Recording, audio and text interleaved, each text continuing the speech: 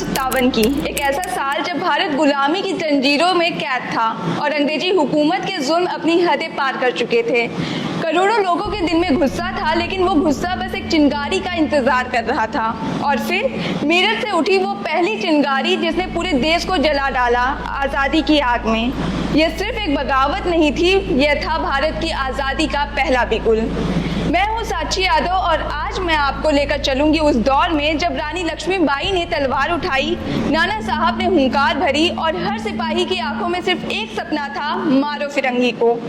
आइए सुनते 1857 की क्रांति, आज़ादी की पहली गूंज, एक ऐसी कहानी जिसने आने वाली पीढ़ियों की नसों में स्वतंत्रता का लहू दौड़ा दिया।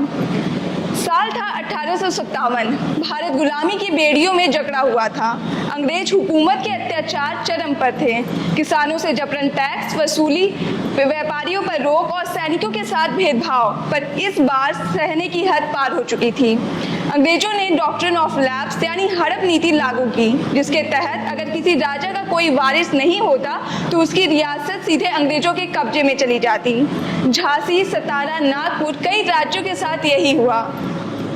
पहली चिंगारी सुलगी मेरठ में 10 मई को। वजह बनी नई राइफल की करतूसें, जिनके बारे में कहा गया कि उनमें गाय और सूअर की चर्बी लगी है। यह सिर्फ धार्मिक आस्था पर चोट नहीं थी, बल्कि यह भारतीय सैनिकों की आत्मसम्मान पर सीधा वार था। सिपाही विद्रोह में उतर आए, मारो फिरंगी को की गूंज चारों ओर फैल गई। मेरठ से उठी यह आग दिल्ली पहुंची और बहादुर शाह जफर को भारत का बादशाह घोषित किया गया।